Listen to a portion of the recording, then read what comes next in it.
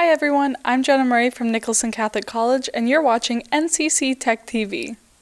For those of you who haven't seen already, NCC Tech TV is a program created by our video production class covering stories of our school and the local community.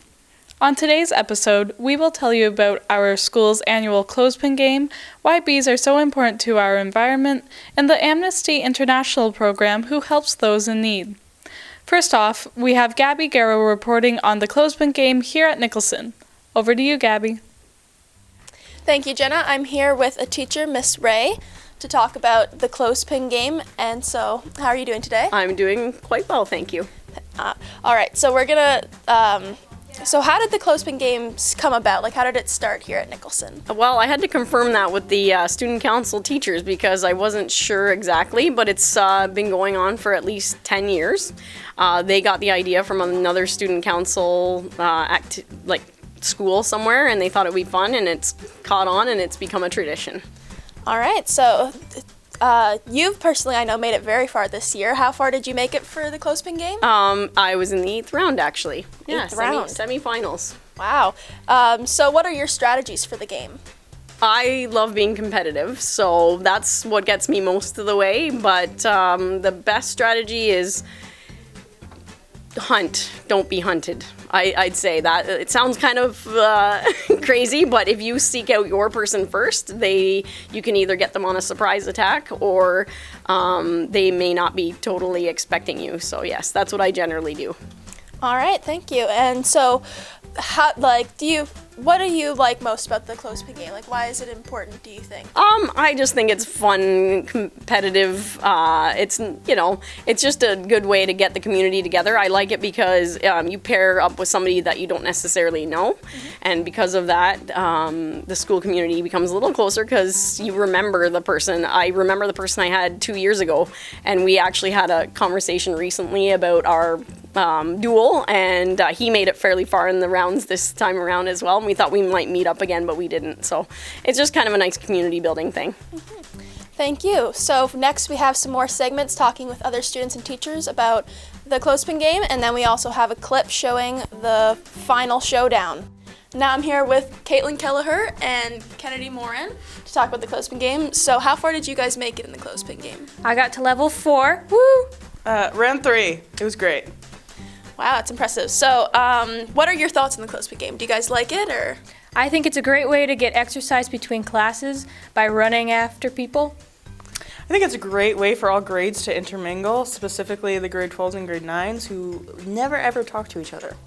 Yeah, I think that's cool. Yeah. So, what are your strategies when playing in the game?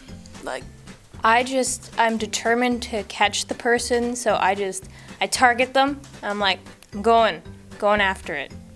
Nice. I have longer arms than a lot of the students, especially the shorter students, which are mainly everybody, except for 5 other people. And so I usually use my reach, and if, went blindside, and the blindside. Like Inspector Gadget. Yes. Very nice. So how did you guys get out? Did someone use a specific strategy, or? They did. I was at my locker. I wasn't aware of what's behind me, because as I am every day, and someone just pinned me, and I was like, oh no, I'm out, and I was very sad. So I usually go down to the caf between classes, and I never ever expect anybody to be there.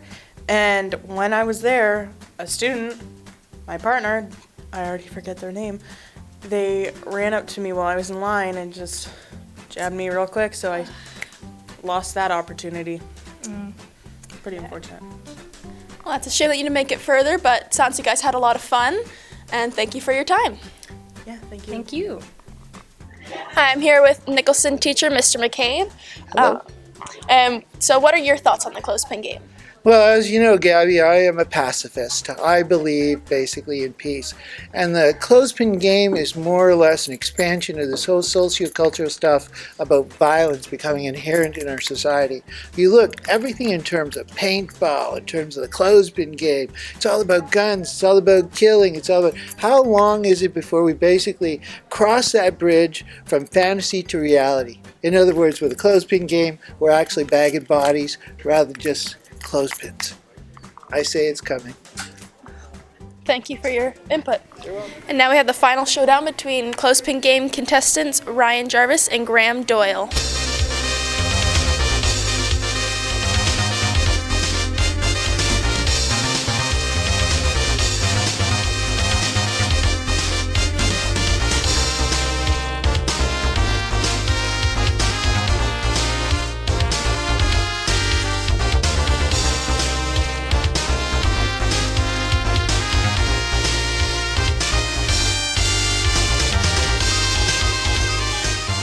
That was crazy fast. Congratulations, Graham Doyle, on winning the final round of the Clothespin Game 2017. No wonder why the students and teachers at Nicholson enjoy the clothespin game. It's a lot of fun. Now for our next segment, Gabby will visit the local apiary and teach us about the importance of bees. Thanks, Jenna. We're here in Prince Edward County. It's a nice and sunny day. The birds are singing, the bees are buzzing, and we're going to show you all about what happens in the hives.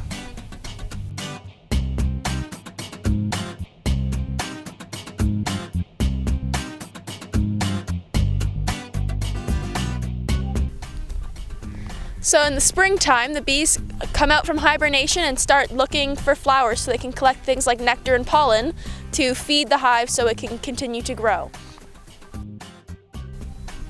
So in the hives, there are 3 types of bees. There's the queen bee that lays all of the eggs that for the hive to continue to grow and keep having more bees. There are drones, which are the males, and they impregnate the queen so the hive can continue to grow. And then there are the worker bees that do every other job. They feed the queen, they collect the food, they keep the hive safe. So you might know that bees collect their food from flowers, but you may not understand how that really works. So bees go to flowers to collect the nectar, which is the sugary water that flowers produce. And they bring this nectar and some pollen as well back to the hive so the hive has food to eat. Now, when they go to these flowers and collect the pollen, some of the pollen that they collect from some flowers will rub off on others and mixes the pollen around, and this is what we call pollination. Pollination is how flowers and plants are able to grow, and without it, we wouldn't have any fruits or vegetables. So we wouldn't have any food without bees, so they're very important to the world that we know. So you may have recently heard about programs such as Bring Back the Bees and Save the Bees and been wondering what all the buzz is about. Well, this is because there have been a lot of things recently that have been threatening the bee populations. And since bees are so crucial to life for other animals and many plant species, it's a very important thing that we fix this problem.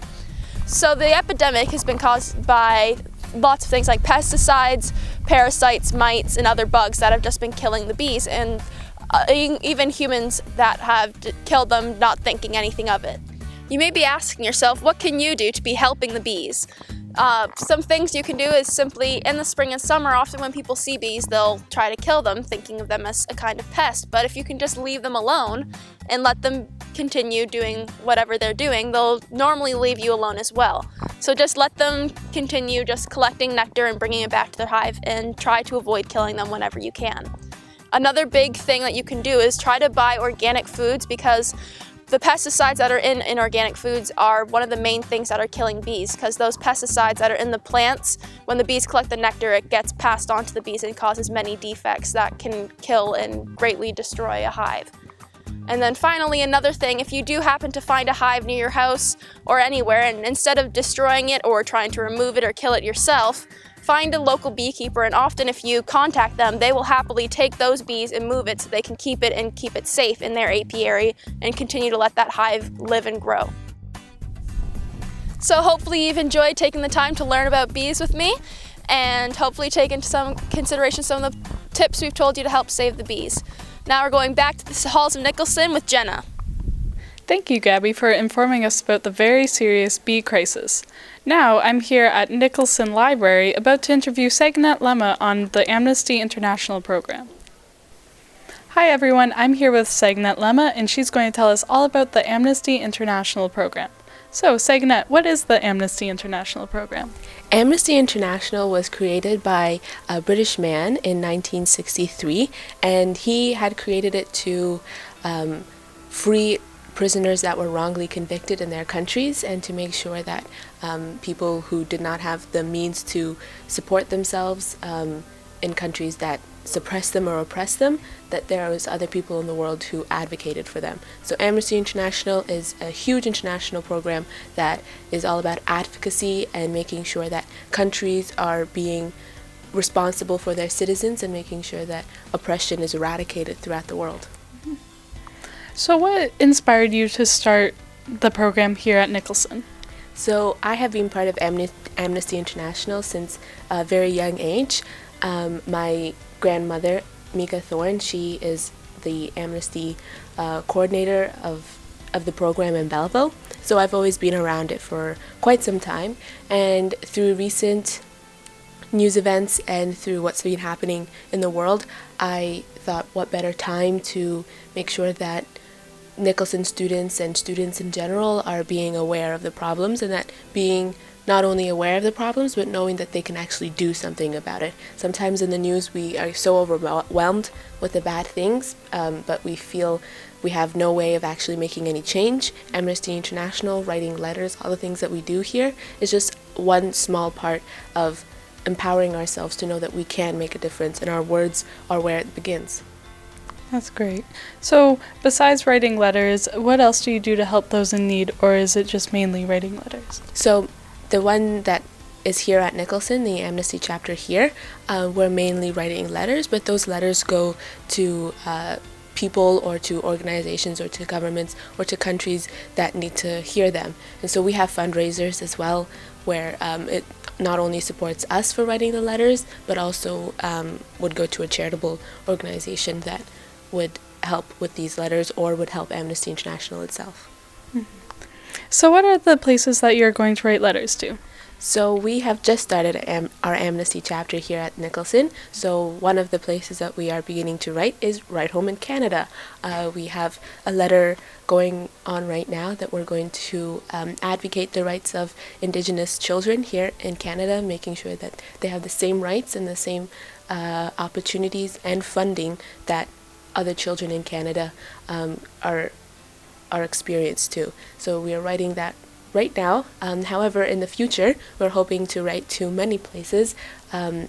So to speak, right now we are looking at Venezuela and the government's position of not fully being a democracy to its people. We want to make sure that Venezuela knows and that there are people in Canada who are vouching for them and who know their struggle. We're also going to hoping to write to Chechnya, which I don't know if you know, in recent news has had over 100 men and homosexuals being arrested and sent to camps where they would try to reverse their homosexuality, which is impossible because that's not how it works.